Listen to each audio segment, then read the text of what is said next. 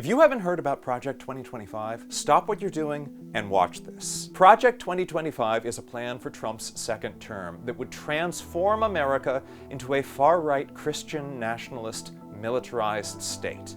You can read the nearly 1,000-page plan for yourself at project2025.org so you can know I am not exaggerating. 3 key facts. Number 1. A mass firing purge that Trump authorized before the 2020 election but never got to act on is at the center of Project 2025.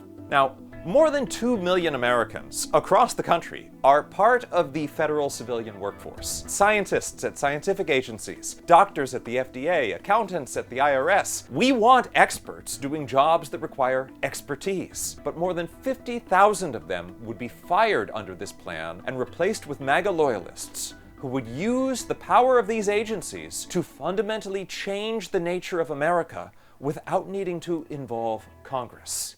Number 2. Project 2025 is a far-right Christian nationalist agenda. By page 5, they're already proclaiming pornography should be outlawed, the people who produce and distribute it should be imprisoned, educators and public librarians who purvey it should be classed as registered sex offenders. This would be alarming enough if they were talking about actual pornography. But their definition spans anything that acknowledges the existence of LGBTQ people. They claim on page 451 that families comprised of a married mother, father, and their children are the foundation of a well-ordered nation and healthy society, thereby designating queer people, single parents, unmarried co-parents, and people who get abortions as inherently inferior and a threat to the state. On page 584, they call for the Department of Labor to explicitly give companies permission to discriminate against LGBTQ Americans. On page 450, they also declare that life begins at conception,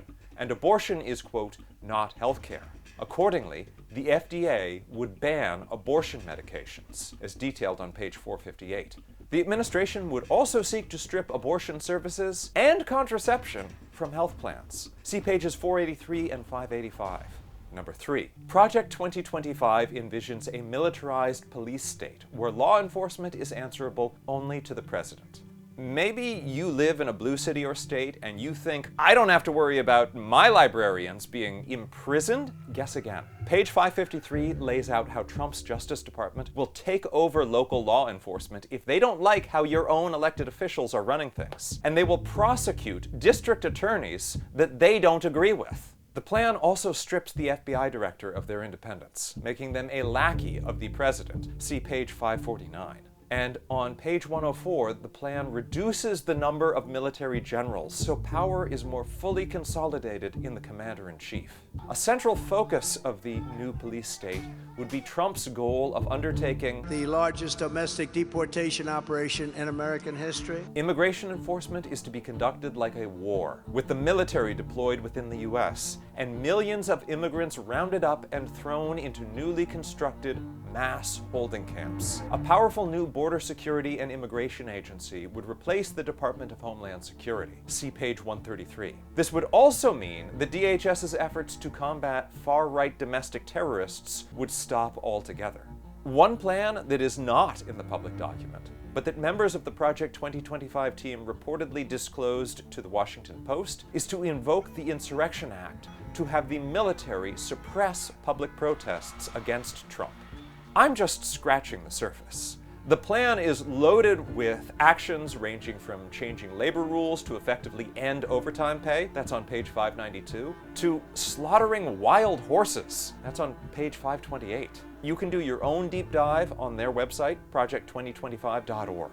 I'm Alan Piper at apiper13. Follow Courier Newsroom for all of the information you need about the stakes of the 2024 elections.